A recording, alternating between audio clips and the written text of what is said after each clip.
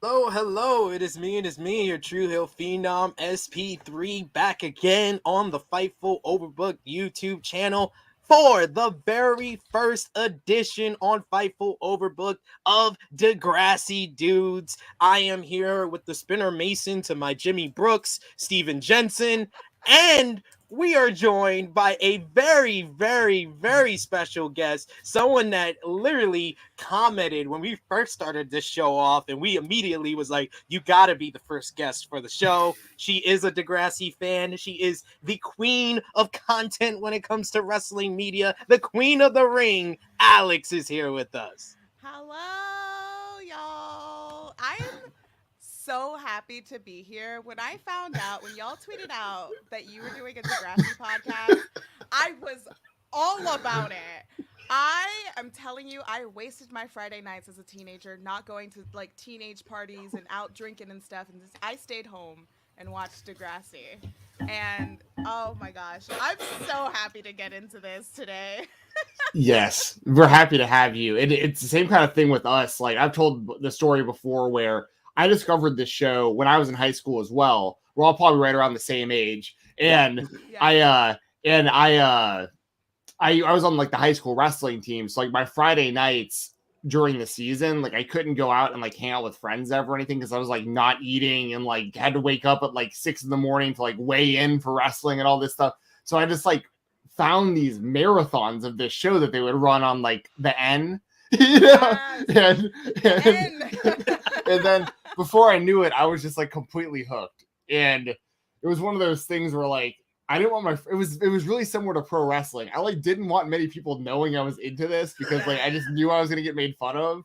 But then like the older I got, the more I just started leaning into all the stuff that I actually like. And this is one of those things. So like it's just fun to be able to do this, and it's non-wrestling related, so it's like it's fun to yeah, talk about just something totally random and to show that we all obviously have a lot of love for. So this is awesome. Once again, Alex, thanks for joining us. Like this, we were really looking forward to this episode. thank you for creating this podcast. This is the podcast that I think will bring world peace. I don't know, maybe. But I'm very excited to be on this podcast more than anything in the world.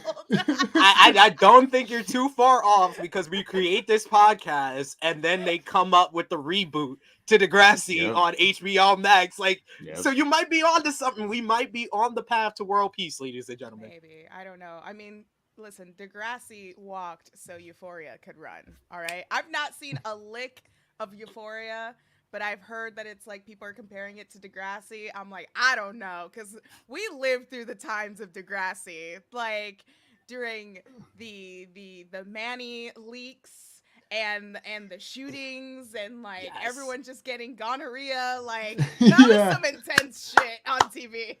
Yeah. I mean, it was like we've talked about that before too, where like this show was so ahead of its time when it came hmm to like just like talking about like social issues and Yeah. like same sex relationships and like school shootings and everything like we're talking. But yeah, so like I mean, but it's funny because like they and some of the stuff didn't age great, like looking back on it, but like they tried, No. like they tried. The whole tagline of the show was "It goes there." You know what I mean? So it was like Degrassi, it goes there, and they Yeah. definitely went there. It So was definitely a great catchphrase tagline. Like it definitely went there. And I remember like there were so many things that I just didn't know about that I just discovered through Degrassi. Like Yeah. there's so many issues that like I it was a perfect time for me to watch it because I was in high school. I was the perfect age to watch Degrassi. So I learned a lot of things in Degrassi that I also went to a Catholic school as well. So they really weren't going in on like teaching us anything about health issues, and most of the things I learned was from Degrassi. I remember there was a summer. It was the summer where right before the next generation premiered, the N did a whole marathon with the older Degrassi. So it was like Yeah. Degrassi junior high and high school. And so I was familiar with those characters because of that marathon. It was like I think it was the summer going into freshman year of high school. So it was almost like summer reading for me, just watching that older Degrassi. And then I got into the next generation and I was all set. I used to go to the mall tours. I'd never met any of them, but there was one mall tour where it was in New Jersey, and I remember it was Marco and Paige were there. I never got to meet them. The door was like shut in my face. I waited 8 hours for nothing. I know. And then there was another mall tour, which was actually in Madison Square Garden, and it was Craig and Jimmy, aka Drake. So I remember going to that one and getting the door shut in my face, but I remember going to the message boards and like reading the reviews of like what happened at the meet and greets and did they do anything special with the fans. And I will never forget, on this message board, they said that most of the girls, I mean, you know, it was mostly girls that were going, let's be honest. Of course, especially when it was like Craig Manning, everybody's school crush. I mean, he was on my textbooks in my locker when I was in high school, so I had a huge crush on Craig. But I remember everyone said that they flocked to Craig Manning instead of Aubrey Graham, who's Jimmy Drake, which is crazy to think at the time that there's like a baby Drake sitting in Madison Square Garden with no lines, like just signing autographs and taking photos. And years later, he is the person that he is today. The biggest star in the world now, right. Which is crazy. It's so crazy. Yeah, and we've talked about it before on the show that they did not give Drake a lot of character development on the show until he gets shot. Until he gets shot, that's when he really becomes like one of the better characters, because you get the overarching, you know, story of him being a basketball player who can't play basketball anymore and stuff like that. But I did want to ask you, Alex, because one thing that we always talk about on the show is where we kind of checked out of Degrassi, and we get a lot of different answers. You know, Stephen, he said it was when the OG class, like the Emma, the Mannys, the Spinners, the Jimmys, they went on their way and they were off the show. That's where he cut off. And it's similar for me. Like I think the first time I cut off was around season 6 or season 7. I think I came back for Manhattan, and then when I saw the ending of Manhattan, I was like, I'm over the show. Yeah, we still aren't over the fact that Sean and Emma didn't wind up together. We're gonna talk about that. Somehow Spinner and Emma get married out of the complete blue. So yeah, nowhere. Like, where did that come from? They weren't even in the same grade, not even in the same friend group. It was just so weird. Yes. It was really weird. I definitely had to cut off with Degrassi. I think I cut off because I remember on the end there was a bunch of shows coming out. There was like South of Nowhere, I think, was another show, and it was about like 2 girls and they were in like a relationship together. That was definitely my bisexual awakening. That show, including Alex from Degrassi, was also my bisexual awakening. Yes, and preach her about name it. was Alex too, so I was like, oh, that's me. I also wear big hoop earrings. Like, there's something going on here. So I take that as when we get into this tier, we're gonna have a Palix love fest. Yes, definitely. Okay, just making sure. I remember like the end had so many like shows coming up, so I was watching everything on the channel. But with Degrassi, there was a hard stop when like Manny and Emma, they graduated, but then there was a season where they followed them to college. So I was still watching that, and I cared more about the college stuff than the high school stuff. And then they came out with Degrassi Takes Over Hollywood, or Degrassi Goes to Hollywood. Yeah. Yep. And that was the last thing I watched, because I remember I think I was hurt, but also happy that Ellie and Craig got together.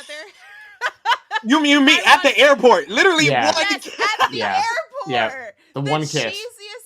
The cheesiest thing, and he like had this drug problem, and like he like fucked her over so many times. He led her on, and she deserves so much better. And even Marco was telling her that, and then like they got together, and I was like, oh, I'm not watching this. And then I remember Degrassi Takes Manhattan, because I remember at that time, like the streets, like they were like filming in Times Square. And I remember like I was near Times Square and I heard that Degrassi was there. I remember running down the block to see what was happening. I couldn't see anything. The stars had already gone up. They were packing all the equipment. I was like, oh God. But I did watch that movie. And then like I didn't know who was who in the movie, and I was just like, oh, I'm fully checked out. And I think they still kept going. I was like, Yeah. no, I don't. I'm too old now, I feel, and I'm still like 19. It's weird.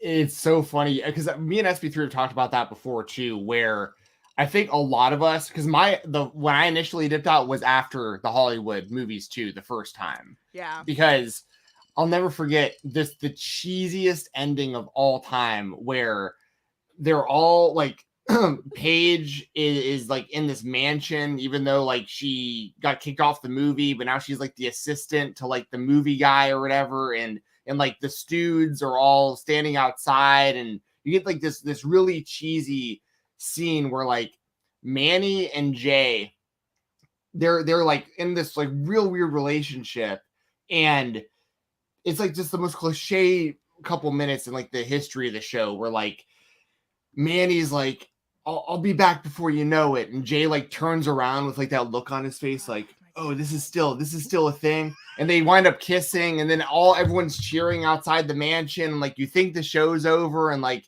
it's starting to pan out. And then Jay out of the complete blue is like, hey guys, Dudes rule. And I was like, this is so cheesy. Like they've made Jay went from like the ultimate just like bad guy on the show to like this really corny, like kind of just like lame guy who was like hanging out with high schoolers still, but like wasn't in high school anymore. And that's when I dipped out too. It's so funny. Like that was like I think that was for a lot of us. The Hollywood stuff was the end of it. Really quickly, let me pull this up. We got a super chat. If y'all want to send super chats, we really appreciate that. Since it's from Vala, says, I super chat for world peace. I still haven't seen Degrassi or Euphoria. Like I said last time, I just like listening to you good people. We appreciate that. And Kayla is in the chat. What's up, Kayla? Hi, Kayla. I love you. This Alex, I love you. Steven, I miss you. And SP3, of course, is here as well. Kayla, I miss you. I miss you too, buddy. Kayla, me and Kayla used to hang out when I lived in Nashville. So it's always good to see you in here, Kayla. And I don't think she seen Degrassi, which is actually kind of surprising. I figured this would be like right up her alley, but maybe you'll get into it after this. So we have inspired quite a few people to watch. So now that I know where Alex's knowledge of Degrassi is at, it might be time to go to our couples tier list. One last question I have for Alex, because I like to ask this to everybody. Who is your favorite character, and who is the character you most relate to? The character I most related to was Ellie, for sure. Like her everything, like her whole aesthetic, being like the goth alternative girl in high school and kind of being the basket case and not really fitting in with a certain, friend group and just bouncing around. I definitely related to her. And I started dressing like her when I was in high school as well. The one character I love the most, Craig. I had a huge crush on like Jake Epstein. I remember like these like fan-made websites of like Jake Epstein, and I would go there and I would download the pictures, and they would upload the pictures from him at the mall tours with his big curly hair, and I would like download it and print it out and put it in my locker and my textbooks and like my room. It was a whole thing. Like every person, especially when they're a teenager, they have that one like celebrity crush growing up that they like love no matter what. And even to this day, like every guy had like the Kelly Kapowski, right? Yep. Yeah. That was my Kelly Kapowski, was Craig Manning. Everybody either had Kelly Kapowski or like Topanga. Yes. For Degrassi fans, if you were a girl, it was Craig. If you were a guy, it was Manny. Yeah. So 100% understand. So and if you were gay, it was both. Absolutely. Right. Oh, that's something we talked about on this show before, and I think I don't know if it was on the same thing that you had watched, Alex, with like the reunion, but we've talked about the giant missed opportunity where like apparently it was in the works but never happened, where they almost did a relationship between Craig and Marco. Oh yes. I Yeah. remember that because they were pushing for that because both of the actors were pushing for it. And there was one episode where Marco went to a college party because he was Yep. dating Yep. Paige's brother. Yep. And then he was trying to get Paige's brother jealous. And for some reason, like, they were in a stairwell together and they were sitting together. And then he comes out, Paige's brother comes out, and Marco kisses Craig, and like they were starting to brew something with the relationship together. They should have. I thought that would have been great. They really explored, like, because I told Steven, like, I cut off at that point that I told you about, and then I watched some of the later seasons during the pandemic. You have a lot of time. I had kids. I was inside, and I would watch Degrassi. And in the later seasons, they had like this kind of like pretty boy who was with a girl, and then he breaks up with the girl, and then he gets in a relationship with the guy. I felt watching that after hearing the story, I was like, they literally just did the Craig with him. Yeah, they eventually went through with it. That was Miles, right, in the later seasons? Yeah. Miles Hollingsworth the third. I'm starting to get more familiar with like all the stuff that I missed now because SP3's been talking about it so much on these shows. I gotta see who these new kids are. I say new kids. This was already like a decade ago. But Joel, I knew he'd say it. I knew, but this is definitely worth bringing up. Joel actually played a backyard high school gig, a party gig with Jake Epstein. So he's actually met him before. And trust me, I have asked. I'm like, do you have any link at all to him still? Because if we can get anyone from Degrassi on this show with us, that would be huge. He pops up. Imagine he just like pops up in this call. Oh my God, I'd start crying. Start singing his hits. I really would. And like he's done, that's so crazy, Joel, that you did that because like I know people that are from Canada that are like 1 degree or 2 degrees away from Jake Epstein. And I'll tell them like about my love of Degrassi. And it's pretty wild to talk to people in Canada because Degrassi just isn't a thing. I mean, it is a thing, but it's so common and the cast was so large that there was always somebody who knew somebody who was in Degrassi, you know, or like somebody's roommate was in Degrassi. So it wasn't a big deal in Canada, but it was such a cult following here.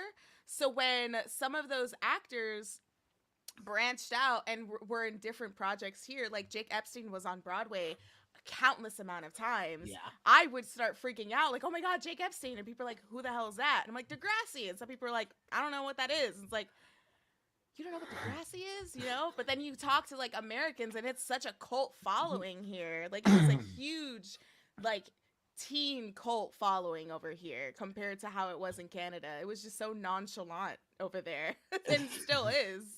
In a lot of ways, when you find a fellow Degrassi fan, it's like finding a fellow wrestling fan. Like you get really excited that you could talk about this thing that not everybody accepts in popular culture.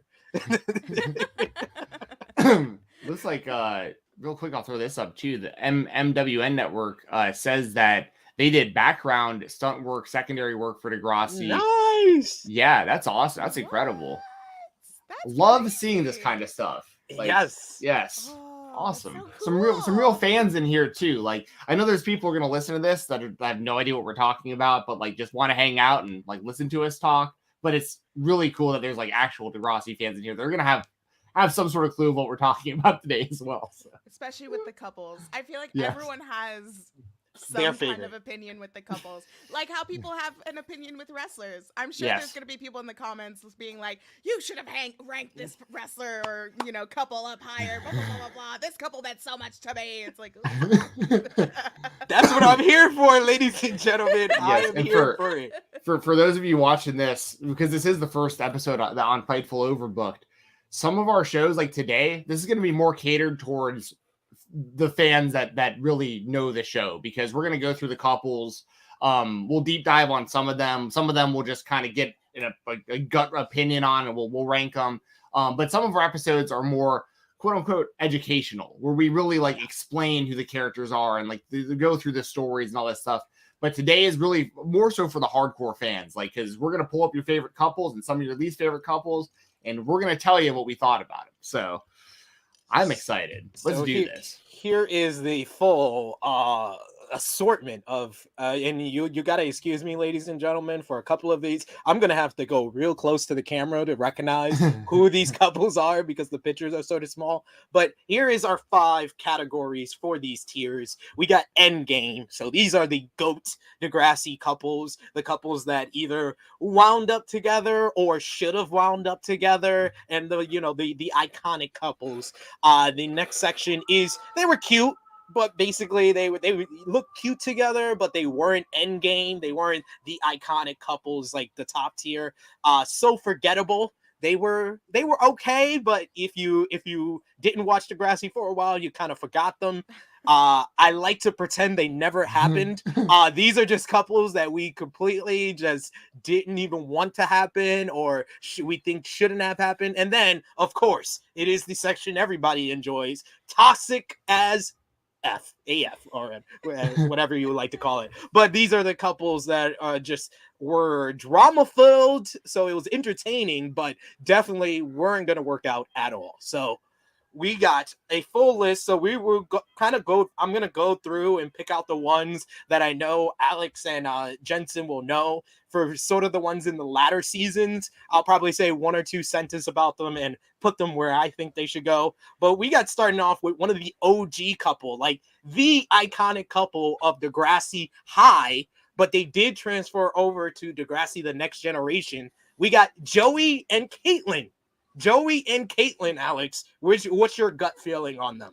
I feel like they're end game. Like, I feel like some of the older couples, like them and like Snake, like they made Emma and Craig. Like, so I feel like maybe they should be endgame. They're very important to the series and especially the whole entire franchise, because without them, we would not get the next generation. Thank you, teenage pregnancies, I guess. That is good points there from Alex. So she's going with endgame. What about you, Jensen? I'll go cute on that one. Not quite endgame, but cute. I mean, very, very important couple. Caitlin is a strange case just in general, because like later on she's like hooking up with Ellie's like boss for like the newspaper and stuff, and like yeah, there's gonna be so many things of like, oh my god, yeah, that's right. I love Alex, so I hate to disagree with her, but she basically left him for Kevin Smith, for Silent Bob. You wouldn't? I would. Kevin's. We can do an entire episode on just. That's true. We can do an entire episode on just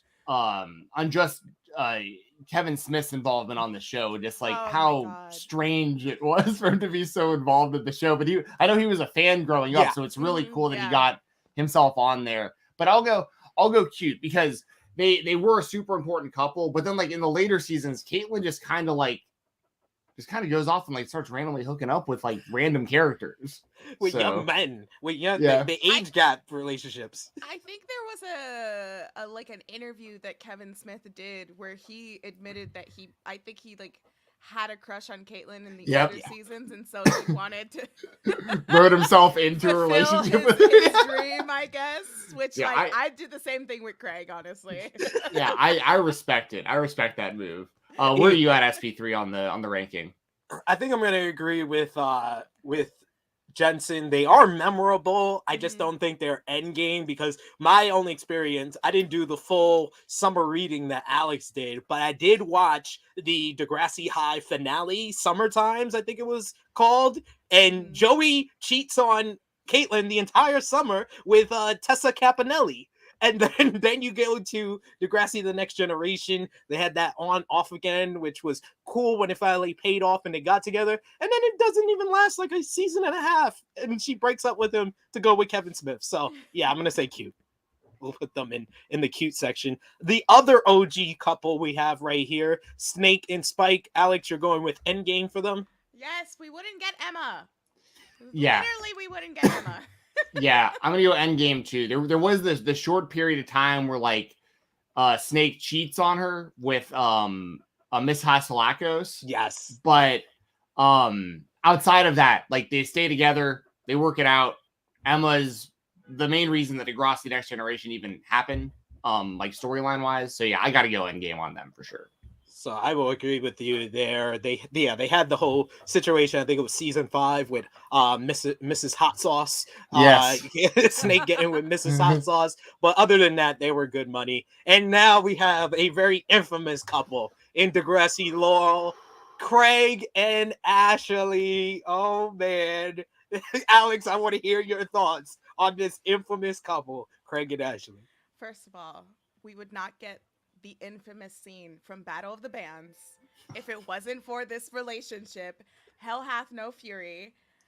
Oh my god, those shirts, I wanted those shirts so bad till this day. I feel like I could lean towards cute.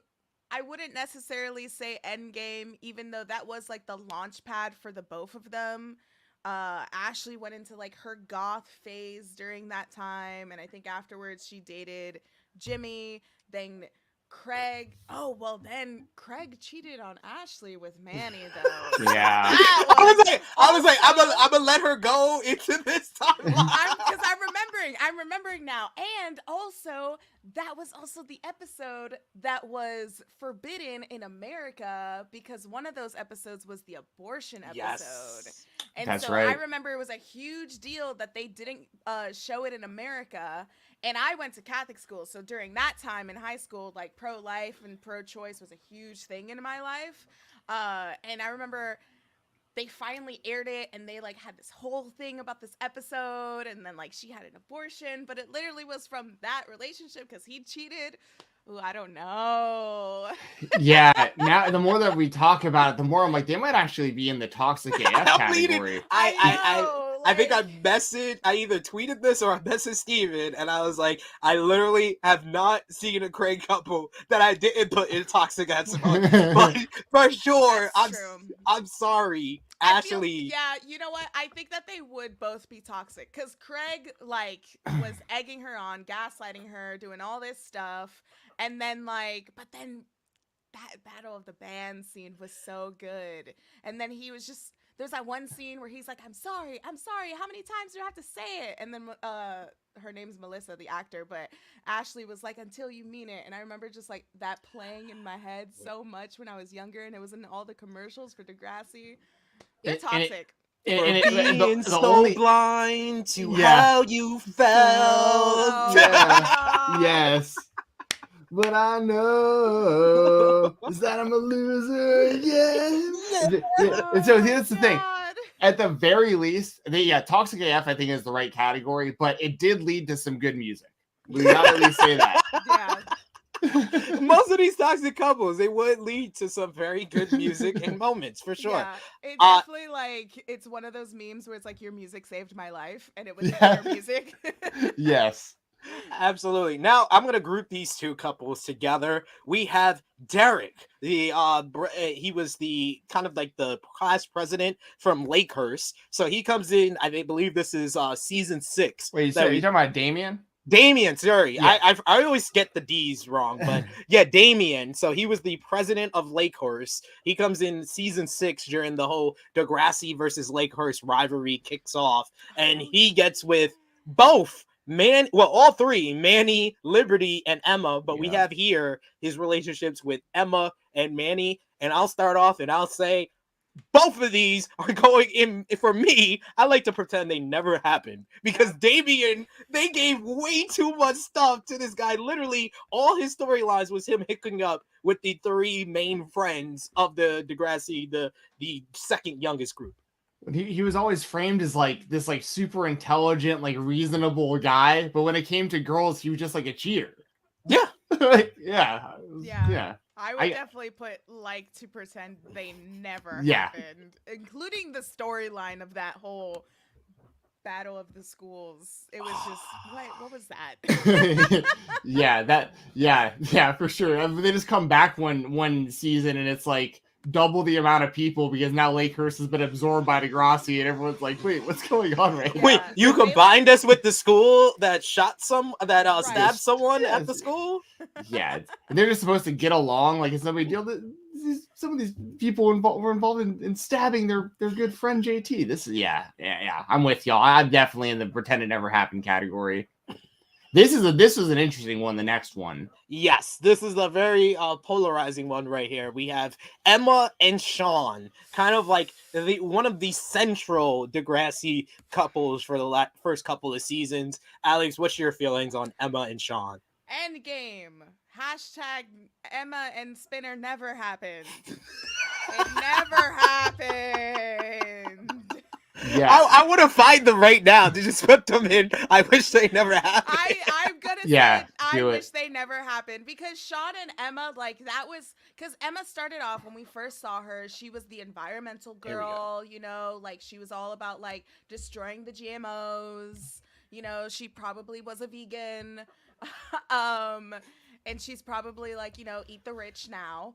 But she, like, Sean was the platform for her to go after like the bad guys, because throughout her whole like run in Degrassi, she would always go after the bad guy, and it started off with Sean, right? Yes. So I feel like they're endgame. We did a watch along not too long ago and watched the episode where Sean's introduced for the first time. And it's so funny when you like go back and watch it, because it like just doesn't make sense why like Emma liked him so much right away. Because like all he does is he shows up and they're like, Mr. Simpson's like, oh, well, this is Sean. You know, he's back here he was here before. He's back from Wasega. And Sean, you want to tell the class about yourself? And he's just like, nope. And then it's like one of them. Then just goes and sits down next to Emma, and Emma's like, I'm so into this guy. It's like all he did was like curve the whole class. Like, why do you like this guy so much? But I'm with you. Such This an is asshole. I love him. yeah, I know, that's exactly. And I like Sean too, because I was kind of like that in high school. I kind of like kept myself and like, you know, tried to like look tough and stuff. I very much I could relate to Sean, but I think that their end game also, like, I'm with y'all. The Spinner and Emma thing just should have never happened. I know on the reunion that we talked about, Alex, that both of those actors, the actor and actress for Emma and Sean, I think Emma was saying that like they basically just pretend it never happened too. So they're right there with us, ladies. Yeah, they're with us. I think they would agree. Yeah.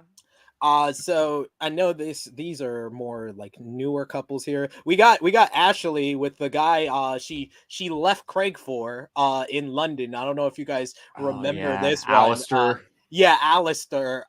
This is another one. I'll just say I wish it never happened. Real quick, we could put them in that section. I'm trying to go through and find any of the. Okay, so we got another one that's very infamous in Degrassi lore. JT and Liberty. We had the long chase.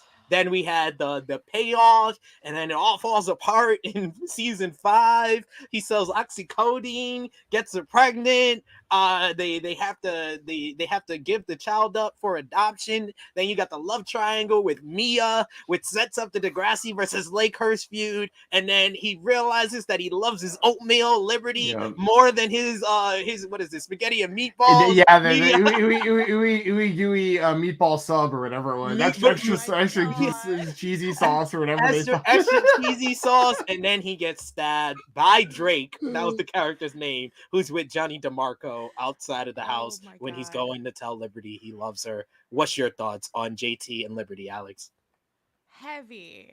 So heavy. Dude, I'm still not over the way that JT died. Me either. That was some crazy television, and especially after the shooting too, to do that was wild. I almost want to put them toxic AF, toxic as fuck, but I also could possibly put them in Endgame. Right. Yeah. I'm more relationships where it's either like one spectrum or the other. There's no in between, and they're one of those relationships. Yeah. I agree. Like, that's because there was a lot of toxic things about the relationship, but like at the end of the day, I think all of us as fans wanted them to end up together. And then like the fact that JT dies going to find her is like, oh man. Right. That's a tough. And it literally started like day 1, like episode 1 of the next generation. It was building up. It was a long term booking, baby. yes, it was. Yeah, and there was a payoff, but not the payoff we wanted. That was I don't know. Where do you set on SP3? Because I kind of leaning more towards Endgame, but like I can see the argument for like literally both ends of the spectrum on this one. Mm-hmm. So for me, when I put a couple in toxic AF, like using Craig and Ashley as the example, they both did toxic things to each other. Whereas I felt like a lot of the situations JT and Liberty were in were toxic. I don't necessarily feel like they did toxic things to each other. Like JT, wearing a Magnum condom when he's got a needle dick. I mean, I don't think that's he's purposely trying to get Liberty pregnant there. He's just going through a little phrase there, and then him trying to sell drugs, he's trying to provide for Liberty. So I get his rationale for something bad that he did, and then when he overdoses, that's just him like overreacting and all the pressure getting to him. So I don't really feel like they did toxic things to each other. So I would lean Endgame. Yeah, I'm good with that. I think that's a really good distinction there. There were some toxic things, but they weren't toxic to each other as so much. So yeah, I'm with you. I think that's a good call. Absolutely. I'm gonna go through these real quick. We have another Emma. Oh my god, some of these Emma relationships are was that Chris? Yes, it is. It's Chris from season 3. It's just like I pretend it never happened because it just or so far. I mean, it's like they weren't even together. Yeah, I don't know if they're even together long enough to even call it so forgettable though. Like I don't even. True. I mean, that was a strange one because it looked like they were going to give Chris a push for a second. Like he was like, and then they just kind of like, it was just like they dated for a very short time. And then he just got like completely phased out. We saw him every now and then hanging around like Jay when they're like robbing like vending machines and stuff. But like, yeah, let's be real here. I'm just gonna say it because I am the person that should be saying it on this episode. Degrassi writers hated black people. Yeah, I'm just gonna say it. Like they literally gave the black people on this show no character development. Like literally, like I said before, Jimmy is the most famous from the show, and his getting shot storyline is more about Spinner getting him shot than him actually dealing with getting shot and being in a wheelchair. It's true. Very true. It's true.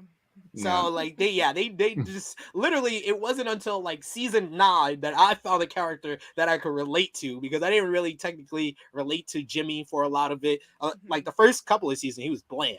He was just bland. Like he had the whole, his parents work too much. He's rich. He plays basketball. He had beefs with Spinner, but he was bland. It was literally until like Dave and like season 9, three tenors Dave, that was the one I was like, here you go, a black character that I could relate to.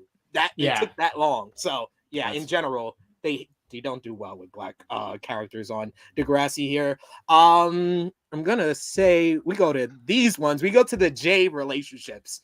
We got Jay and Alex first. What do you say about that? Alex, Queen of the Ring, your namesake here, and her first relationship on the show. I would say like forgettable, or like, I don't know, maybe like forgettable or cute. Because Jay had, I mean, I don't know. They were pretty iconic though, because they came up together. They were introduced together. But then they split up, and I feel like they had better relationships with other people. Like I think Alex had a better relationship with Lauren. I mean, no, I'm calling them there. It's a real Lauren Collins. We understand. Shoot. Shooting on them. It's because I've studied and done my homework before this episode and watched all the panels and stuff. So now like kayfabe is broken and I know their real names. But like Jay had that infamous relationship with Emma, but he started out with Alex, and they had some pretty good storylines. But I think I'm just gonna go with like forgettable or cute. What do you say, Stephen? I'd say probably forgettable. Like we all remember it happening, but they were really more just like good friends that were like they were just kind of dating because it just kind of made sense. It felt like, because like they were around each other a lot. But then like Alex was her way more memorable relationship we'll get to in a second, but like her and Paige is the one that I think everyone would talk about. Yeah, so I'll go so forgettable on that. Alex. Alex. I'm gonna start calling them by their ship names. So Alex we got there, and Sean and Emma was Summer. Then we got Jay and Manny, or Janny, here. I will just be the first one to say this is one of my favorite couples in Degrassi history because I would not have thought this would have worked, and it worked so well for me. Well, it was weird because like they get together after the stuff Alex was just talking about, where like Emma and Jay are like hanging out at the ravine, and like then like Sean comes back into town, and yeah, but it was weird because they had this fake relationship at first, right, where they were like just trying to like fool Manny's parents into thinking that she was with Jay, but then they wound up together for real. I guess I'll go cute, but not endgame. But I think it's heavily implied that they probably wound up together after the show. Like they probably like got married also. They showed them together, I think, in season 9. Like there's a couple of scenes with them, with Spinner and Jane, and then they are together at the wedding of Spinner and Emma. If you didn't notice, ladies and gentlemen, I already put those guys in. I like to pretend they never happened. But Alex, what's your thoughts on Jay and Manny? I don't even remember them being together. Was this like when it was blonde Manny days, college Manny days? Yeah, blonde Manny days, which I think starts the second half of her senior year into college. Yeah. Okay, yeah. I don't remember that, but I think I might go with cute as well. Like it was a moment. It was cute. Although Manny needs to get checked. She's dating too much of her best friends, guys. There was a lot of that kind of stuff, and that's another thing for another episode. We talked about it on here a little bit before, where like there was a very strange like pattern isn't the right word, but like there was a lot of adults with kids on this show, like teachers that were hooking up with students, and like guys that were in college. It was a little weird when you go back and look at it. It's like everyone knew that like that Oleander guy was like dating Paige, but he was like her teacher and stuff. It was like, there was some really weird relationship. If you even call it that. I guess that'd be on here, the Oleander and Paige. I think I did see them. I mean, if it's on there, just throw it right in Toxic AF, because like that's. Here we go. Here we go. Here we go. Let me move it up here. I would even put like Paige's brother and Marco at Toxic AF as well. I thought they were cute though. I thought they were cute too, but also Marco was in high school and her brother was in college. Yeah. That's another relationship that's like, why are you hanging out with high school people? Right. Well, that was like Paige's justification when she was trying to like get Oleander to like be with her, where she was like, I mean, my brother's got a boyfriend in college or a boyfriend in high school. Like, what's the big deal? And then like pretty much just how that ended too is so strange, where it turns out that he's actually like it's kind of like a low life and tries to like give her weed, like out of as a breakup gift. Yeah, he breaks up with her and he's like, oh man, here's a joint. And she's like, what am I gonna do with this? And then she's breaking up with me and you're giving me drugs. Yeah. and then that led to one of my favorite moments in Degrassi history where Alex Paige smokes the joint and goes to like the college orientation thing, and the lady's like, "Are you okay, Paige?" She's like, "I am so high." It's like, oh no. She is definitely the reason why I showed up to my SATs high as hell. I'm not. Yeah, that's actually awesome. Paige is a trendsetter. She was the reason she was the moment. Yes, I'm gonna put the rest of Marco's relationships in. I like to never like to pretend they never happened or so forgettable. There's the black dude in college that's I think was Paige's friend, and then there is another guy that he tries to get with. Tim, after he breaks up with Dylan. So what do y'all think? Marco dirty though, because literally he was like one of the first only at the time like queer gay person, and they did him dirty with all his relationships. And he was like the nicest guy on the whole show too, to like everybody else. Yeah. He was leaning, like everyone would lean on him and go to him for advice. I mean, even like with Paige and like the teacher, like she went up to him and she was like, well, you dated my brother. And he was even like, no, I'm gonna check you right now because I dated your brother, but I mean, this is a whole like teacher, like this is a whole ass adult while I'm dating your brother, which is not that many years apart, although it is, but It's like there's levels to this page, and you exceeded Exactly. your level there. Yeah, they just did him dirty, and we talked about it. I think you leave last week or the week before, Alex. They never even gave us the payoff for the main storyline for Marco, which was him coming out to his dad. They Yeah. never gave us that. They never even completed the whole story with him. So, unfortunate, Marco, that I have to play all the rest of your couples. So we're agreeing that him and Dylan are toxic AF, or Yes. what do Him you and say, Dylan are Jensen? toxic. Yeah, it's Sorry. yeah, they were toxic. If they would have stayed together, they would have went from toxic all the way up to cute or endgame. But like because like Dylan was cheating and Marco like couldn't get over him, and like it was toxic. It was toxic. Yeah. I'm yeah. Agreements there. We got. I see here we have a section of Jimmy couples. So we have Jimmy and Ashley. We got Jimmy and Hazel, and then I forget her name from season 7. The woman that he meets at physical therapy, and he winds up with. So what do we think about Jimmy and Ashley? Jimmy and Ashley. Okay. I want to say they're cute. Like, they had their moments. They were cute. They were on and off. But there was just something about it where I preferred Jimmy and Hazel over Jimmy and Ashley.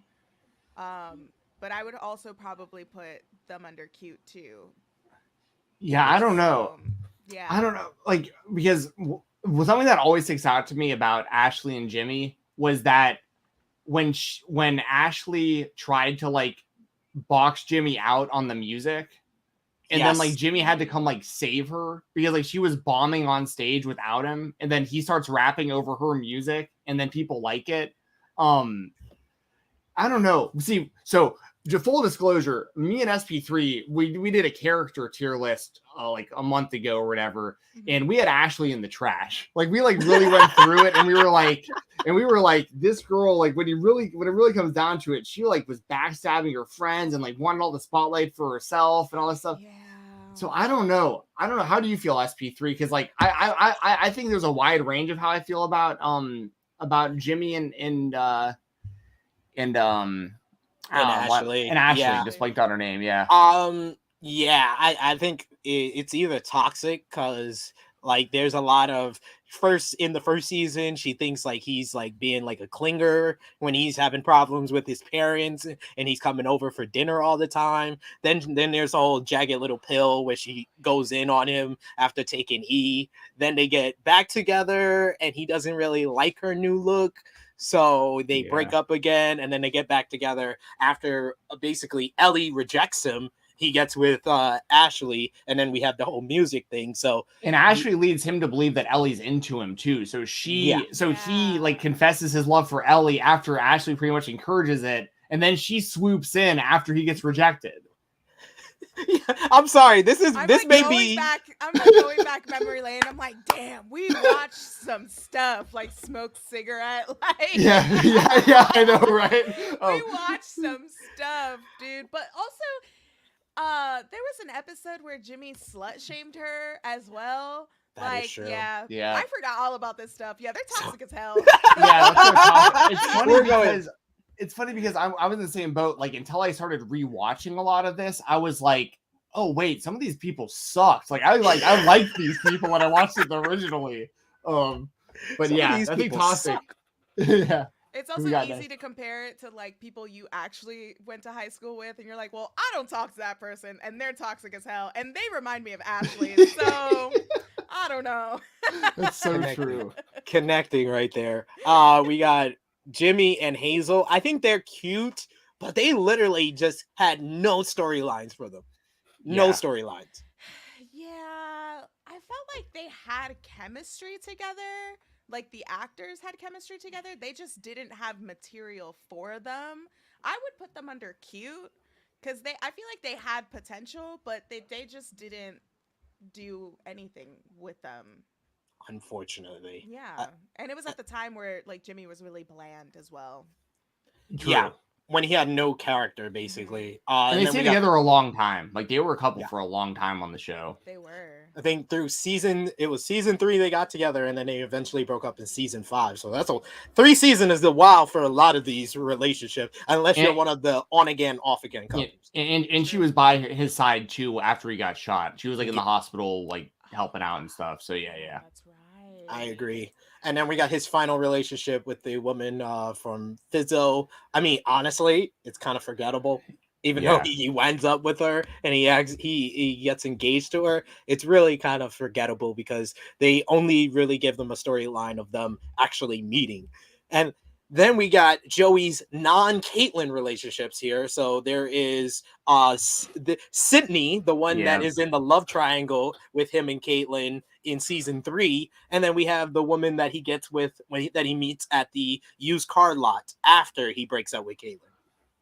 They're both kind of forgettable, honestly, because it was all about him and Caitlyn at the end of the day. So, like, him and Caitlyn were living together. She bought his house for him so he wouldn't have to sell it. Like, so yeah, I got to go for forgettable on that one. Yeah, me too. All right, this is the Alex section here. I found Alex. Tell us about Paige and Alex. Endgame. I feel like they should be on Endgame, dude. They were like the first, for me, and I know a lot of other people, they were the couple that was like probably their first exposure to like an authentic gay couple, especially like 2 women at that time. Because Paige, I mean, maybe it was queer baiting. I'm not sure. I'd have to go back and watch all of the stuff. But I remember like Paige, you know, she was not gay. She wasn't even leaning towards it. And then she met Alex, and then they like, it was organic the way that they just like got together. And although Alex got her high for her college like interview and stuff, they lasted a while and they were a good couple. And I remember like when they were together and other characters would go up to them for like relationship advice, like they were actually, you know, giving good advice. I feel like they should be either in Endgame or Q. I really like that couple. I'm very biased though, because again, like they were my bisexual awakening. When I saw them, I was like, I like this, and I'm not sure why, but I'm pretty sure in a couple of years I'll know. And then I did. So I'm just biased with that though. I'm with you though, Alex. Like I go Endgame or Cute. Also, I'm cool with either of those. And then there was the added layer too, where like Paige seemed even kind of more confused about how to feel and how to deal with it because her brother was gay. So she also didn't want to like put it on her parents in any way. It was a lot of layers to that. Like she wasn't just like discovering that she was into women. She was like, how's it going to make my family feel that they have like 2 gay kids? Like, you know, so it was like there, yeah. So, but I'm with you. That for me, that's Endgame. That was one of the most memorable relationships on the show, in my opinion. So. I agree. I go Endgame with them. We have some Sean relationships I see here. We got Sean and Ellie, which I feel is the most underappreciated couple in Degrassi because she literally helped him get out of the bad boy phase that he went into, that he broke up with Emma and he was hanging out with Jay and got him to, you know, get emancipated. She was here for him for that. And he was here for her following her started cutting her wrists. So I feel like a lot of people don't appreciate that couple. What about y'all? I would 1000% agree with you. I do like Sean and Emma together, but at least like Ellie helped Sean grow, you know? Yes. And he like, she really like helped him out, as opposed to all of the other relationships that we have seen that have been toxic as hell, where they're just not helping each other out. And even though some relationships are toxic, but they're still cute, like they were just never toxic. They had their issues, but they were separate issues as individuals. And when they did come together, they helped each other grow and heal. I would definitely say this is an underrated couple. If it's not Endgame, I would 1000% put it under Cute. Yeah, I'm going Cute 100%. I agree with all that. And then there's also not only was Ellie helping him, he was helping her too, because he had his own place and she was in that spot where like her mom was an alcoholic and like she couldn't stay at home, so like he let her live with him too. So Yeah, that was a great couple. Like that was a couple that if they would have stayed together, I would have been okay with them like staying together the rest of the show. Like I like them a lot as a couple. I agree with you there. We got Sean with the Amy chick that he got with after he broke up with Emma that's in forgettable. season 3. Just that's throw that forgettable. right in there. Yeah, forgettable as hell. Chuck that in the trash.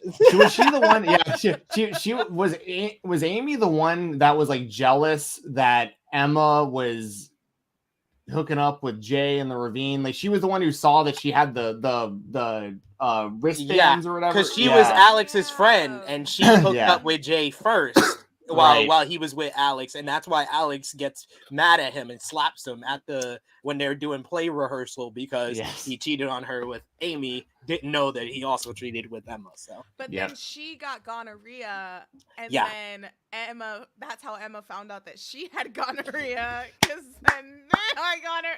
This show was good. Yes. This show was so good.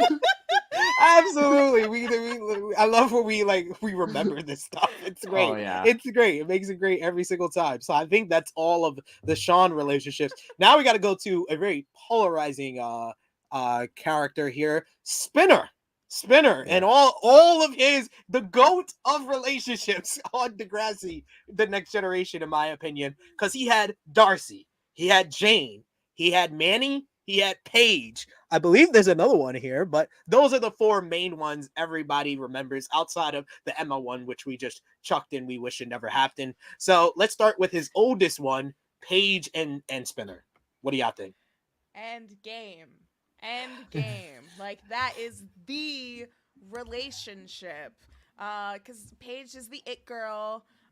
She's the queen bee, and Spinner was by association, the king bee, if you will, because of that relationship. And his popularity, definitely was evolved because of that relationship with Paige. Also, how is he pulling all these chicks? There's no way with that flock of seagulls haircut that he had season 5 or whatever. The half shaved, half yes. long. There's no way that he was getting all these chicks. That's tremendous writing. I'll tell you that. I would definitely put Paige and Spinner an endgame. They were the couple for me. So yeah. They went through a lot together. The only reason I would keep them out of Endgame, I go more cute, is because of how he treated her at the end of the relationship. After she crashed his car into I believe his name was Dean, the guy that raped her. Yeah, the guy that raped her, ruined his car, and he basically treated her like trash. He was bossing her around at the dot. He kind of cheated on her with Manny, or was flirting with Manny while he was still with her. So that's the only reason I go cute. But it is between cute and Endgame for Spinner and Paige. Yeah, or what was it? I think it's Spage. Spage is the name. Yes, it was Spage. I'm okay with either of those categories. I think they were one of the most important relationships towards the beginning of the show for sure. And then let's not forget that when we're about to go to Spinner and Darcy, but that relationship pretty much gets ruined because Paige and Spinner start hooking up again. That's true. That's true. And I really wanted them to stay together then. But Paige was just looking for booty calls at that point. And and Spinner was like, "Oh man, you used me for my butt, didn't you?" So again, Spinner wasn't very understanding when it did come to her rape incident. That's true. That's true. I would probably put them under cute. They are that cute high school couple, but then something drastic happened to her, and he was just all slut shaming and all that stuff, when that wasn't the case. So yeah, I put him at the top of cute. At least. Yeah, I would probably put them at the top of cute, but also Spinner and Darcy. What was that? So we'll jump into that one because we have talked about this before. Darcy was the original OnlyFans, but in high school. Oh my God. Remember, because she had the My Room page, and some dude was paying to see pictures of her that Peter set up.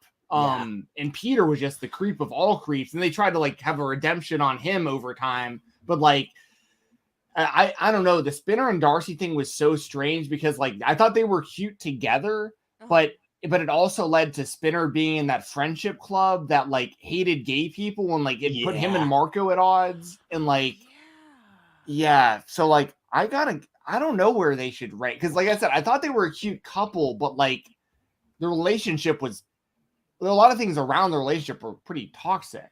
And Spinner never trusted the internet ever again. Anytime the rest of the show, that someone would be like getting cheated on or something, he'd be like, make sure they don't have a My Room page. Like that's the relationship ender. Yep. No, we got it. You have trauma. I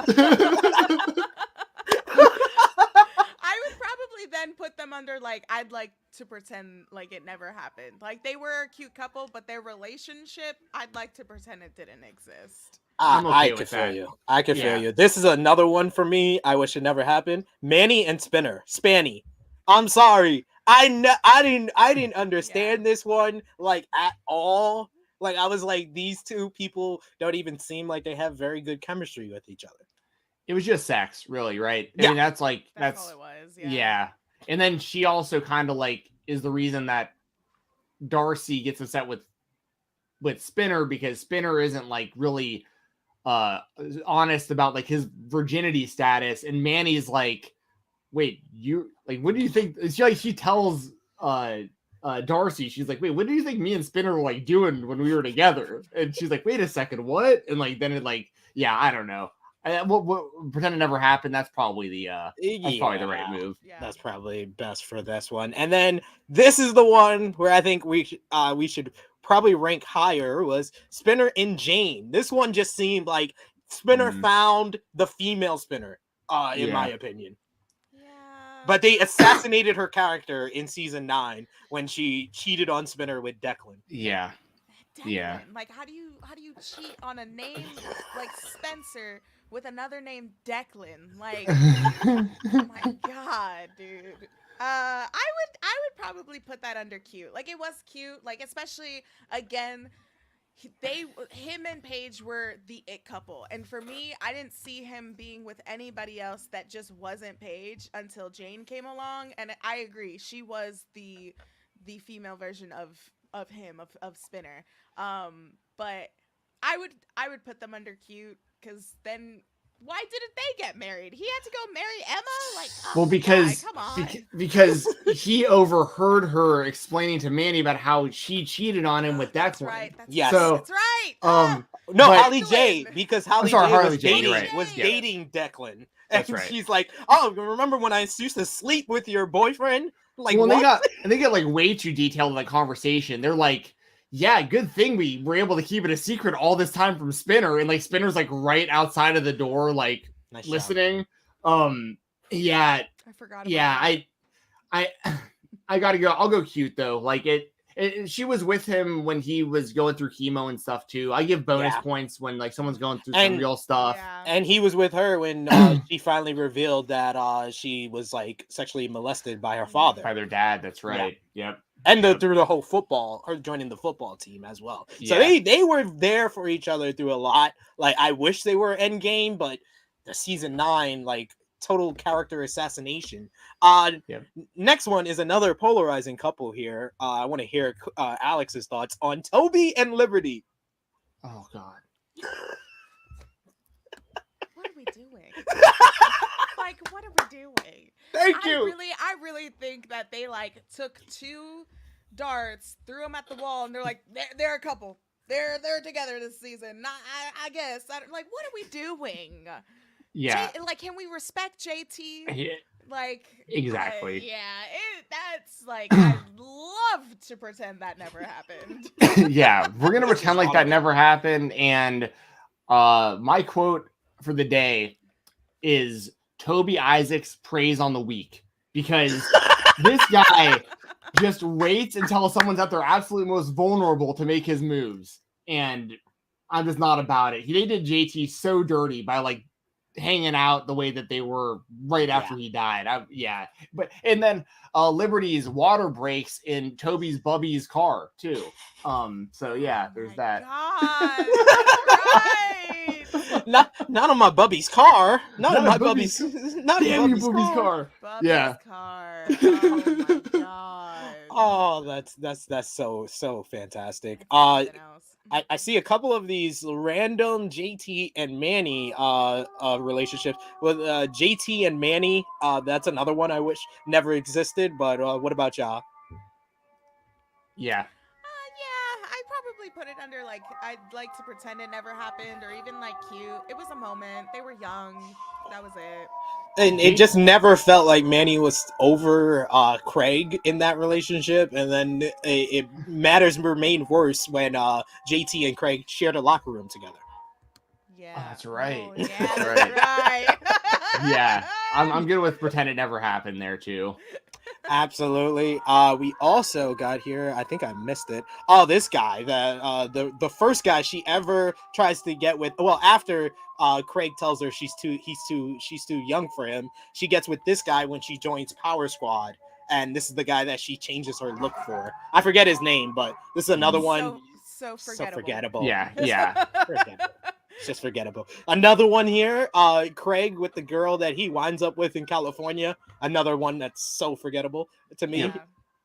That was literally just for the movie, just to create some sort of conflict between him and Ellie. There, like right before they kiss each other at the airport, pretty much. So we are winding down on the time we got Alex for. Yep. So I gotta get to this one here, Manny and Craig. Alex, we gonna give you definitely an opinion starter when you talk about Degrassi couples. Craig and Manny, what do you think? Immediately no. Toxic as fuck. First of all, let's start with the origins. Emma had the crush on Craig, and then Manny wanted to grow up, which, you know, all credit to her, grow up, do your thing, girl. But she was the one that swooped in on that crush because it was the 80s party and they were all dressed up, and like Emma had this huge crush on Craig and she thought that she was gonna have the chance. Manny is toxic as hell. She is not a good friend. And then she swooped in and got in with that crush. And then Craig was in a relationship with Ashley. And then she slept with Craig. And then she got pregnant. And then she had to get an abortion.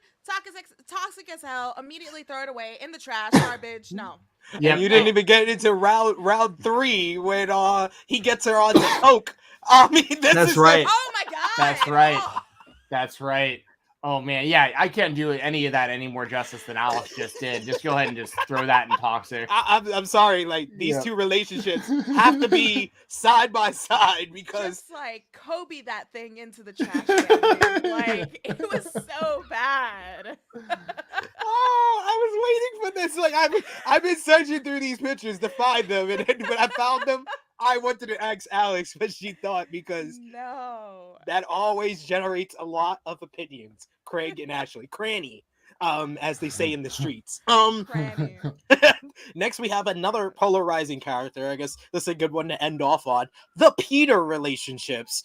Peter was basically brought in as like the villain of Degrassi in the latter seasons, like especially like season 5. He films Manny with her taking her breast out. He gets with Emma behind Manny's back. Then he does all the shit with Peter. I mean with Sean, with planting drugs on him and the Fast and Furious race. So let's start with that relationship there. Peter and Emma. What do you think, Jensen?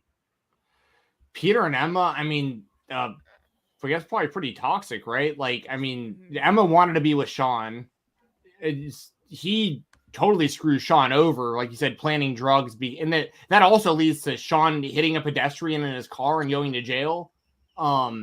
So yeah, I don't know. And this was also when Peter was at like his creepiest. But the one silver lining with him in this, the only one, is she was going through her anorexia or bulimia, and he did help her through that. So I do have to give some credit there to the guy. But like for the most part, I think he was just like super toxic. What about you, Alex? I mean, he did the bare minimum of being there for her while she was going through that. Other than that, like he himself, he is a toxic character. Yeah. I mean, like you said, he was brought in to be the villain.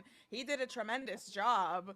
The actor did, because I really hated Peter. And I never got behind any relationship that he was in. I would chuck all of his relationship as toxic as fuck because he is toxic as fuck. Yeah. I'm definitely gonna agree with the Emma relationship here. We got his relationship with Mia, which he only gets with her after she like started something with Danny in like the first couple of episodes of season 8, and then he gets with her, and then she leaves him to start modeling, and he gets addicted to heroin. So Not heroin, it was like crank, right? It was like oh, meth. crank, yeah, But I mean, meth. Sam, pretty. I mean, Crank. yeah, yeah, yeah. I'll just never forget that scene where he takes it and it cuts to him like in like the turn lane, like in traffic, and he's like freaking out because like he's stuck. He doesn't know how to get across the street, and he's like on the phone with.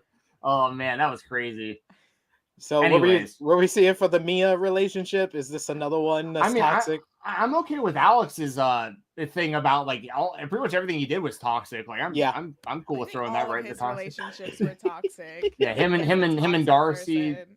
Yeah, him and Darcy, the same type of thing. Like that was just him and Darcy. That's right. Yeah. Yeah, and then him and Manny, like again, like the leaking the nudes, and she's like, "I want to be famous." Like, it just wasn't it. Yeah. Well, I know we're running out of time with Alex, so I want to thank her so much for being on with here. We'll do a couple more couples before we sign off with you, but let's sign off with Alex here. Alex, please let the people know everywhere they can find you, and thank you so much for joining us on Degrassi Dudes. I seriously want to thank you so much for inviting me on. Like, we're all about wrestling, but it's so much fun to like branch out and also talk about like something that we all grew up with. Like, I appreciate this show so much. So thank you so much for inviting me on. So you can follow me at Queen of the Ring with 2 G's on Twitter. Instagram is _Queen of the Ring. And you could also follow me on Twitch, twitch.tv/Queen of the Ring. We watch a lot of women's wrestlings, especially on Wednesdays, and Total Divas on Sundays. And yeah, we play some video games, but we're all mostly a wrestling channel over there on twitch.tv/Queen of the Ring. And that's where you can find me. Also, Church of Joshi, if you want to get into Joshi wrestling, follow us everywhere, Church of Joshi on Instagram and Twitter. We do have a show this Sunday, 12 p.m. Eastern Time, over on twitch.tv/KaylaVision, where I do that with my co-host Kayla, who was also in the chat. And yeah, again, thank you so much. I'm gonna binge watch so much Craig Manning materials, all the fan cams and everything. Oh, thank you so much for joining us, Alex. Like we will 1,000,000,000% have you on again soon. I'll come on next week. Like I'll come on. I'll come on anytime. I love talking about Degrassi. Awesome. Awesome. Thank you so much, Alex. You were great, as always. All right. Bye, guys. Have fun ranking the couples. Have a good one. Bye. Take care. The inferior couples here. So yeah, we got a good spectrum here. We did all the Peter couples, all the Spinner couples, all the Sean couples. We did most of Emma's couples here. Since I wanted to keep it in the range of where Alex had watched the show for the couples that we did while we had her on here. So now we can go into some of these later couples that me and Jensen have been watching. If this is your first time watching Degrassi Dudes, by the way, I know this is our first episode on Fightful Overbooked. You can go to Fight Talk _ twitch.tv/Fight Talk _ or twitch.tv / True Hill Heat Wrestling, where we have the first 11 episodes that are 12 episodes that we did of Degrassi Dudes, where we can kind of have the show on screen. You don't hear it, but we kind of commentate through, so you can kind of hear a lot of the things that we think about the show. So if you want to go back into the archives, this is your first time watching, you can see that over there. Yes, and I'm thinking for this, let's keep going with any of the couples that were like earlier on. Pre Manhattan, and then I can kind of pick and choose as we go through. I'll know some of the later ones, but there's some that I'm gonna be like pretty unknowledgeable about, and we kind of rifle through those so it doesn't take a super long time. Yeah, like I said, these are like Degrassi high couples as well, so I'm moving a bunch of those down more because we probably won't rank I those. just don't have the knowledge of those. I've gone back and tried to watch some of those episodes, so like it is a very good show. It's just something I have to sit down and like actually just watch episode to episode. But the OG, I can't. I don't know. I don't know enough to do it justice. So Yeah, exactly. I haven't really watched it all the way through. Like I said, I watched the special at the end of like I think it's season 1 or 2 of Degrassi High, but other than that, no. We got a couple we've mentioned a few times already. We got Ellie and the newspaper editor. What do you say, Jensen? I mean, that's pretty toxic, right? Like, I mean, because he was her boss, and he kind of like held that over her at first, where he was not giving her certain assignments based on like how good the relationship was going, and then he wound up hooking up with Caitlin Ryan. So like, yeah, and then also the entire time Ellie, like, she was into him, but like she was always into Craig, and like whenever Craig would pop back up, she'd be with the other dude, but like it was causing static because like her and Craig clearly like wanted to be together. So like, yeah, I'd go either toxic or pretend it never happened. What about you? I go with I like to pretend it never happened, because she should have had just a relationship with Craig that they teased for like multiple different seasons. We got another early one here. This is Caitlin with the guy that she was dating on the first episode that we watched. Oh, that's toxic. Yeah, just toxic. Yeah, that dude cheats on her immediately. Yeah, almost immediate. It didn't even take an episode. And like, then he punches Joey in the face, doesn't he? Yeah. So there was a lot wrong with him there. We got I believe this is early. Well, this is pre takeover Manhattan. We got Casey and Claire, which is like a season 8 type of relationship, but they were cute. I would say they were cute, even though he does eventually cheat on her and leave her for Jenna. Yeah. Now, to be fair, I guess, and I should have really recognized this at the beginning. In most of these, the vast majority, somebody cheats or something, right? Like, so, and I'm not justifying that. I'm just saying the more that we bring these couples up, the more I'm like, yeah, there was like everyone was cheating on everyone here. So like, I go cute on that too. I actually thought that they were probably of what I've seen of Claire, which is actually a lot, you know, when I really think about it. That was probably my favorite relationship that she had was with him. So, oh, really? I would always go Claire and Eli. That's I'm sorry. Eclair. I just totally spaced on Eli. Of course, let's go right to that one. Yeah, that's Endgame, right? Yeah, like I agree. I mean, they were perfect for each other. I would say they are the Emma and Sean of like season 10 on. That's Emma and Sean. That's the couple of Degrassi is Eclair. So Eli and Claire there. If you go back and watch the last couple of episodes of Degrassi Dudes, we watched like the beginning of their relationship there. So I would say Eclair deserves that one. Another one. I would say real quick, I think the like Claire, like the nerdy, like church girl Claire and Casey was like perfect. But then once Claire started like really becoming who she like really kind of was, like learning more about herself and growing and kind of being a little less nerdy and a little more like kind of taking risks and stuff, her and Eli was like the perfect couple. So yeah. Good question here by JJ saying everyone cheating. Is there like a good people on the show? I would say, just going off of the couples that we've already done, JT, I don't remember him ever cheating on anyone. Yeah. And that's so sad because he gets stabbed and murdered, which is like the only good person on the show gets stabbed and murdered. And I don't think Marco ever cheated, but he was also in these situations where he was dating these guys, but like the whole time trying to be with Dylan. So like, you know, that's pretty crummy too. I found another Emma relationship, Emma and Kelly from college. Yeah, that's another one. I like to pretend it never existed. Yeah, that guy was lame. And then they break up after they just like rode bikes all the way across the country or whatever. It's like why? Yeah. Why did you do that? We got we got a couple here that we've been watching lately. I know you watched the Cam storyline. So what do you think about Cam and Maya? I say they're cute. Honestly, I would almost go Endgame, but we know Cam's eventual Endgame is what it gets to. But they were cute together. Yeah, he commits suicide. Which for people who don't know the show, but he was a really good dude. I like the character a lot. But he wasn't there for very long. It was a pretty quick story. So, but I will go cute, like them together, because that was also, remember they did like the pictures in like the booth and stuff. And Yeah, they were a cute couple. they were very cute together. This one I've been watching back. I've been telling Jensen I've been watching back season 13 and season 14. Like honestly, if we redo our character tier list, I'm gonna have to move Connor up because Connor be having some hilarious lines in this show. So that's why I really enjoy his relationship with Jenna. What do you think? I don't know enough about their relationship. I'm gonna go cute. We'll go cute for them. I won't say all the way end game, but we'll go in the cute section for them.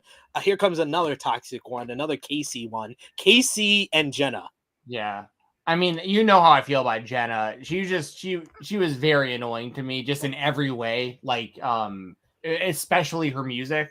But yeah, that was toxic. They have a kid, and he wants nothing to do with it, and yeah, that was toxic. Yeah, he literally gets a job to get away from her. Like that's how bad this is. Like it's not good, ladies and gentlemen. And speaking of, we got the Danny relationships here. But they're not real noteworthy. They're all forgettable, really. Yeah. I'm just gonna chuck them in. So forgettable. They really didn't, like I said, they don't care about their black characters. And I'll say that him and Mia should like just pretend that never happened, because she was hooking up with the NFL player, and that whole thing was a mess. Here comes another one from the latter seasons that's controversial. Ellie and Johnny DeMarco. What category is it under cute? What's the next one after that? So forgettable. I would say they're toxic because of the new pictures he sent to his friends, having sex in the ravine when she's only 14 years old and he's a senior. About that, yeah. So yeah, this is a toxic one for sure. And he was also still like a massive heel for most of that relationship. He was still kind of just coming off of the whole being associated with the guy who killed JT and all that stuff. So yeah, Ellie deserved better for sure. Ellie, and she got better. Her and Mike Dallas. I know you didn't see a lot of this, but they, I would almost go end game with them, but because they come in the latter seasons, I'm definitely gonna put them in the cute section for sure, because that finally Ellie found a good guy. Like Ellie had a bad streak, and speaking of that bad streak, you got Drew and Ellie, which we've been watching as of late. Where do you think they go?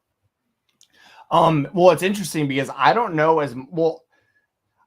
The Dallas one, I don't know much about, but the little bit I do, I like that you have them so high, because the little bit I've seen was him helping her confront the dude that abused her. So like Dallas seemed like a really good guy. From what I could tell, I don't know how he progresses throughout the show, but the little bit I've seen, he seems like a good dude. The Drew and Ellie one, I don't really know. It seemed like it was just kind of based on them both just thinking the other was hot, but like, you know what I mean? Like, I don't know how, because like that also led to her wanting to like take the $50 from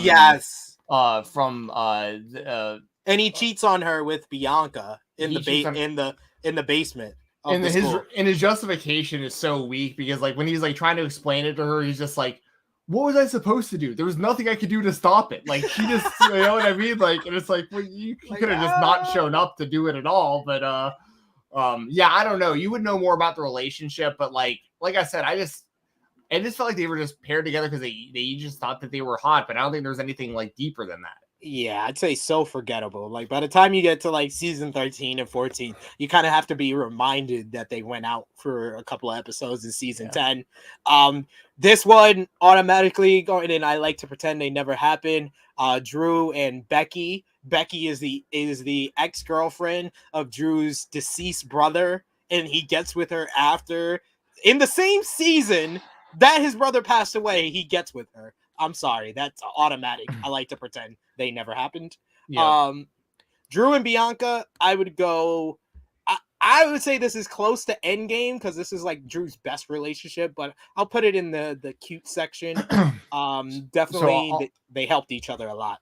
Because I was about to say toxic because of like the in school BJ situation we were just kind of referring to, but then I forgot that later on there's the whole thing with like him and the guy from the gang and her being involved with that and them kind of helping each other get out of this like really bad situation. So I'll defer to your judgment there with cute. Yeah, I gotta put them there. There's another cute one for Drew. Drew and Claire, which is more like season 13, season 14, but it becomes a whole love triangle between Eclair and I forget their name, Claire and Drew's name. But yeah, it becomes the main love triangle of the last 2 seasons. But they were very cute for each other because Claire was his vice president, he was president of the school, and they worked together and they kind of helped each other get over Eli and Bianca. So they were cute together, but just didn't work out because Claire forever. That's what I say. And I'll then pull this up. another. Sorry, just JJ. Yes, start on the next generation. That's you'll. Yes. Yeah, that's where that is. It'll be the episode where Emma is gonna meet her friend from the internet, and that's like how it all starts. Yeah, that's the first episode. That's why we did say when they first announced the reboot, we're hoping that there's like Emma and Spinner's kid in the school because we need some type of connection to the next generation on this show. My only ask, right, is one of their kids, like even like Liberty and JT's kid, if they can make some sort of story that makes sense to where they come to Degrassi to learn. But like I said before, my one ask is that there's just some sort of JT York memorial, like something in the school. Like I don't know. It's so messed up they killed him off the show. Yo, like that's like the biggest complaint about the show is like, why'd you have to kill off JT? Like the comic relief character you had to kill off. Yeah, and how many series? Oh, dude, there was like 15 seasons of Next Generation or something? Next Generation has 14 seasons, and then there's 4 seasons of the Next Class on Netflix. So, right, so Next Generation, eventually they start doing like some of the seasons have like 30 episodes or something. It's like a lot. No, it's like of episodes. 40. It's like I think season 10, 11, 12, and I want to say 13 had 40 episodes. So they go really long. So if you wind up enjoying the show, they do a really good job of kind of like hooking you at the end of every episode to want to watch the next one. And if you get into it, you can literally spend like your next few weeks just watching the show. So yes, you can go through like a couple of seasons. Like literally only the first couple of seasons have like, I think it's like 10 or 12 episodes, but then after it goes like 20, and then after 10 it's like 40 episodes a season. Yes, and they're just for anyone watching this that wants to see it, they're all completely free on YouTube right now. The new show is moving to HBO, but like I don't know what's going to happen to these episodes, but while you can, if you want to get caught up on this, just type in Degrassi on YouTube, and they have an official YouTube channel. It isn't like a bootleg second upload type thing. You can watch the episodes in full right there on YouTube for free. Yeah. So yeah, you can binge watch it. We do a couple of watching on the show. I don't know what direction we're going in now that we're on Fightful Overbooked, but we'll figure it out together. Yes. This whole community we're building here on Fightful Overbooked. A couple of more couples. We're not going to go through all of this. I think this will be part 1 of our ranking of the Degrassi couples, and then we can do like a part 2 and go through the rest of the couples after we do a little bit more educating on the latter seasons. Yes. But we got, let's go, JT and Mia. JT and Mia, she was the love triangle in the Liberty storyline, basically. You know, I like them a lot, actually, especially because Mia had the daughter and JT, you know, kind of him and Liberty had to give their daughter away. So like they had this kind of like commonality. I thought it was really cool, honestly, how when they meet originally, Mia's like, "You're PJJT." And he's like, she knows of him because her daughter likes watching his kids show on TV. Yeah. Like, I thought that was really cool. The only reason I would dock this away from like an end game or maybe even a cute, I'll probably put it around cute. I want to get your opinion, but there was the underlying thing where like he wanted to be with Liberty, you know? So like that just there, that was a layer to it as well. So I'm just gonna say I think that Mia is like one of the biggest missed opportunities of this whole series. Like I don't know if it's down to Nina's acting in the role, or just the writers not coming up with enough interesting things for her to do. Like, especially like season 8 and on, when she's like mom, model, student, cheerleader. Like, they threw so much at her, and never was she that interesting of a character. So I lean more to it's either a cute couple, or I like to pretend it never existed.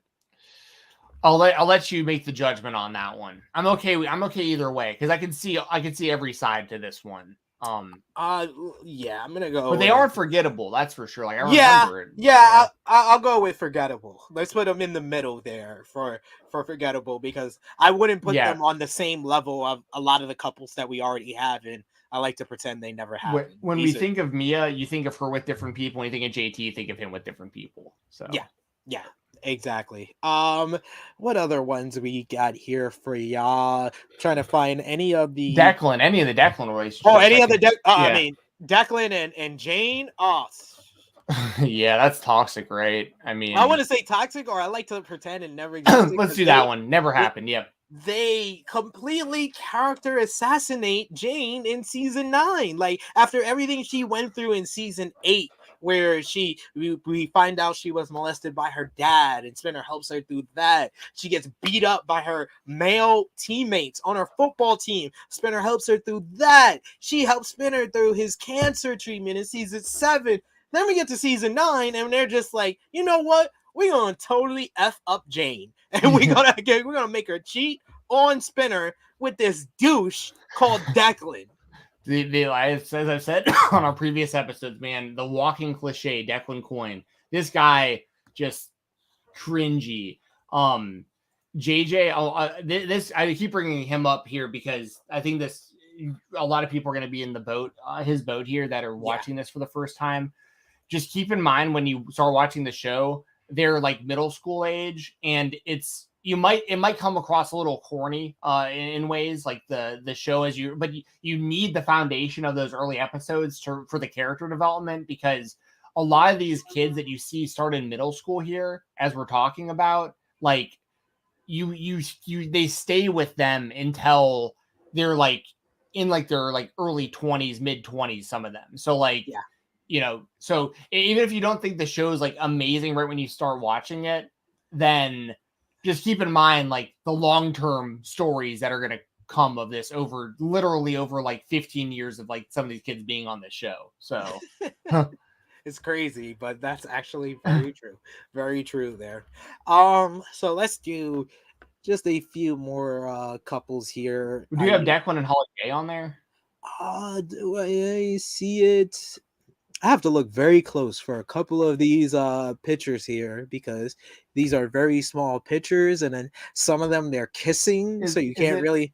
Are they kissing up on the top row next to the green shirt, like to the right of the green shirt, one over to the right? Is that them there? Can't tell.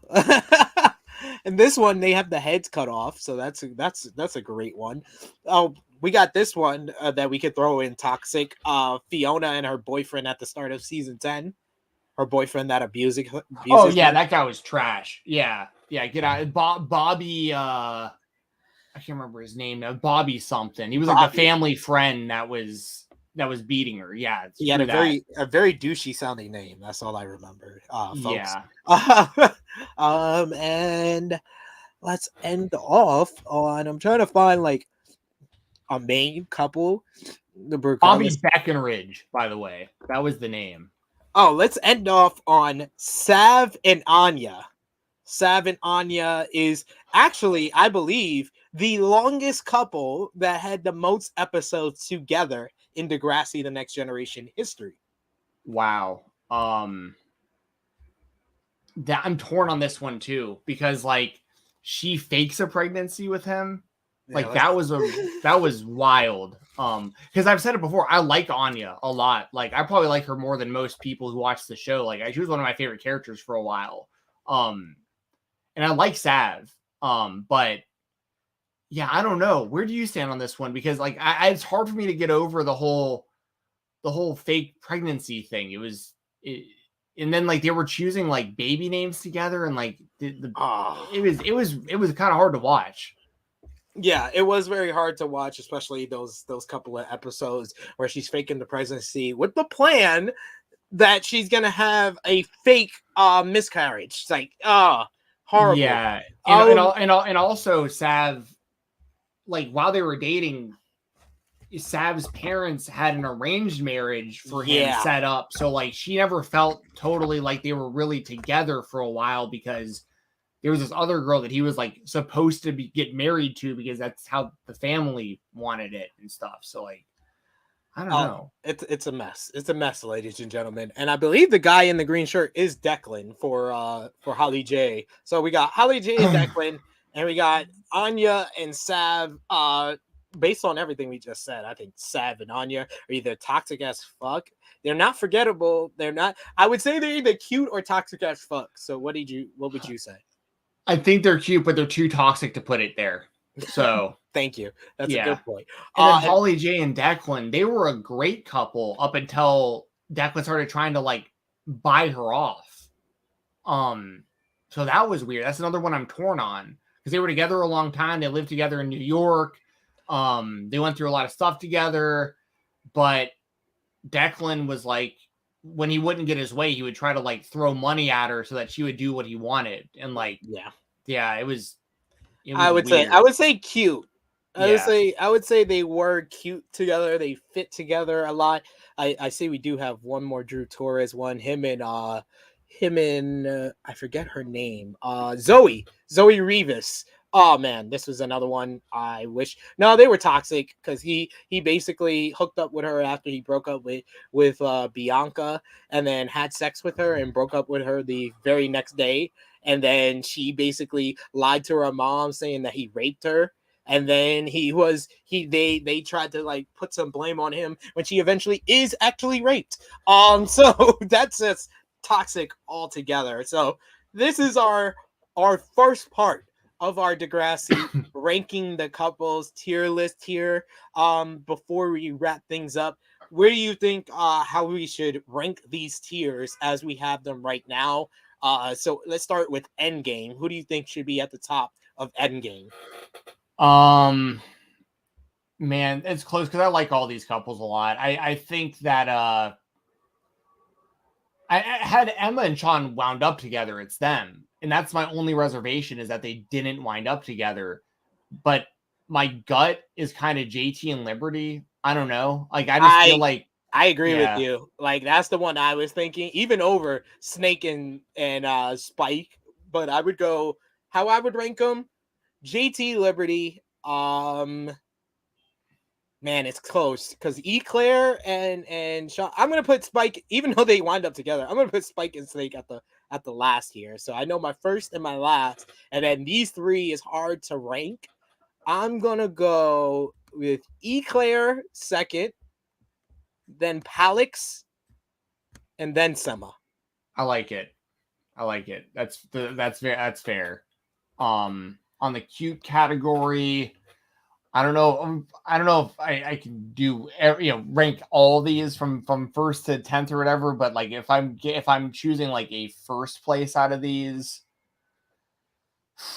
Paige and Spinner was a real good one. That one meant a lot to the show, and I also really liked Ellie and Sean.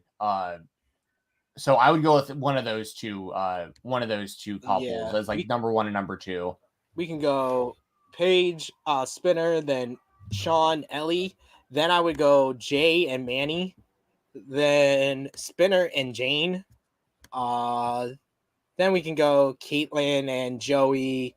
We got to put Bianca and Drew up here. We'll put them just ahead of the Caitlin and Joey. I'm gonna watch some of those right after this, actually. Like when the two of them are together, like around the whole gang. Gang story. I believe they start getting together at where we're at in season 10, and then first I think he does the cheating with Allie, then that wraps up, and then he gets with Bianca. Then you had the start of the gang stuff at the beginning of season 11. So if you want to get into the nitty gritty, start at season 11. If you want to see the start of their relationship, start in like the middle of season 10. Then I would put Maya and Cam up here. Then I would put Connor and I'll put Connor and Jenna ahead of Maya and Cam. Then we'll go Jimmy, Ellie. Oh no, actually, we got Does Connor wind up like raising that like their kid? Like no, their kid they give up for adoption. Tyson Jenna and Casey. Casey kid up. I didn't know that. Okay, Yeah. gotcha. They give the kid up for adoption. I'm gonna put unfortunately I'm gonna put Claire and Casey back here because he cheats on her for Jenna, and then we see how much of a train wreck that relationship is. So this seems like it's in the right order. So forgettable. Since it's the most memorable of the so forgettable portion, I think Alex and Jay are in the right spot. Yeah, and those are hard to rank because it's like they're all forgettable and like they're all forgettable in their own ways. None of these relationships mattered on the show for the most part. Especially like the Craig and his like random girlfriend in the movie and stuff. Like, I mean, that was the whole relationship we saw was like a few minutes of them together kind of stuff. So, and we have JT and Mia last because they're the only so forgettable couple here that actually matters because that's the whole start of the Degrassi versus Lake Rose rivalry. Yes, for sure. I like to pretend they never happened. I think we got the right couple at the top of there for sure. It's hard to see. It's Spinner and Emma. And Emma. Yeah. Well, just that one wins because I think everyone would agree on that. It just didn't make any sense. And also, I'll put Toby and Liberty way up there too. Agreed. I was thinking that too. I just can't get over the whole. Listen, I like Toby. I do. I just like to joke about the fact that like he was like. The timing was like, dude, come on, you can't be doing this. So anyways, what a jerk. Yeah. And now the tough decision here, Jensen. Who is the most toxic couple in Degrassi out of what we got ranked here? Craig and Ashley or Craig and Manny? Oh man. I'm gonna say Craig and Ashley. And I'm going to go with that because the Craig and Manny stuff, they were pretty much just like hooking up and like, yeah, he got her on coke and stuff. And like, that's not good.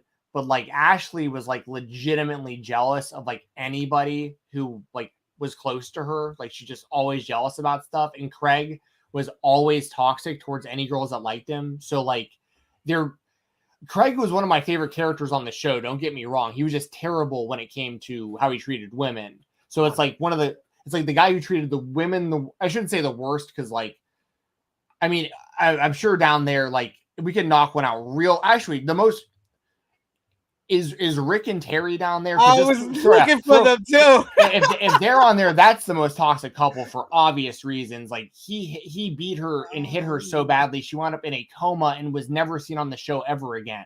So like she went from main character to off the show because he was hitting her.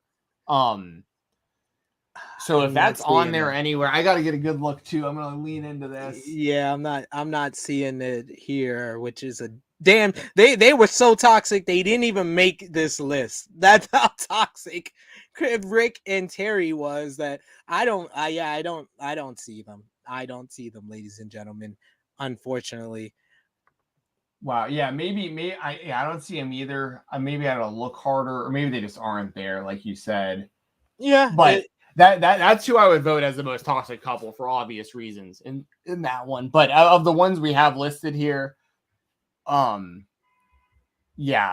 I'd say Craig's the most toxic towards women. Ashley's just toxic in general. So like they were just a combination for just toxic AF.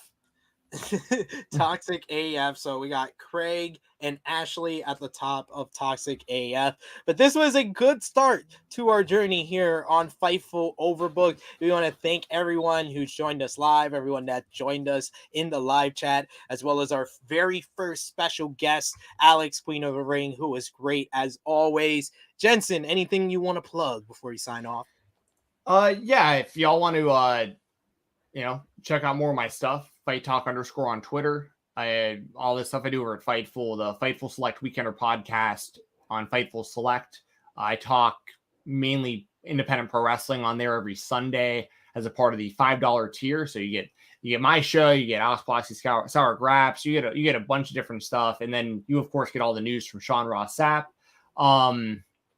Thursdays at 2 p.m. Eastern, the Spotlight with myself and Jeremy Lambert. If you want to check the replay out from yesterday's show, it was a real good one. We talked a whole bunch of different stuff, like who's going to be the WWE title match at WrestleMania, and X-Pac returning to the ring, and Impact versus Ring of Honor, and MJF versus CM Punk, and all this stuff. So it was a lot of fun. If you want to watch the replay of that or watch our first episode from last week, those are all available on youtube.com/Fightful over there on the main channel. And then, everything else I do, I just keep updated on Twitter. Just Fight Talk _.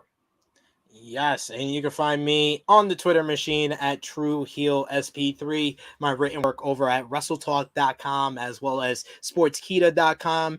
I'll be back on YouTube later tonight following SmackDown and Rampage on Sportskeeda Wrestling YouTube channel with Rick Ucchino and Dutch Mantel for Smack Talk, reviewing both shows. You can see me and Rick Ucchino over on the Believe in Pro Wrestling podcast. That's also available wherever you listen to your favorite podcast. And, of course, the True Hill Heat YouTube channel tomorrow, 11:05 a.m. Eastern Time. True Hill Heat 161, our latest fantasy wrestling draft with special guests BodySlam.net's Cassidy Haynes and Carissa Lopez. So check all of that out. Subscribe to those channels. And I'll be back on the Fightful Overbooked YouTube channel next Friday for Friday Morning Coffee with Jeremy Lambert. We're going to do a special after the trade deadline. We'll be back with another edition of Degrassi Dudes with myself and Jensen. And then a week from Sunday, True Rewind joins the Fightful Overbooked team with myself, Drunk Guy JJ, and Romeo, reviewing the Monday Night Wars between WWF and WCW. So a lot to enjoy from Fightful Overbooked and True Hill Heat and Fight Talk. So enjoy all of those. Watch some Degrassi YouTube channel. Our boy JJ has put the link in the chat. Watch some and then join us back here next week on Degrassi Dudes. Yeah, subscribe, hit that thumbs up, whatever it takes. I know I can make it through. Yeah. Oh yeah, I gotta hit the button this time. If I hold on. If I do.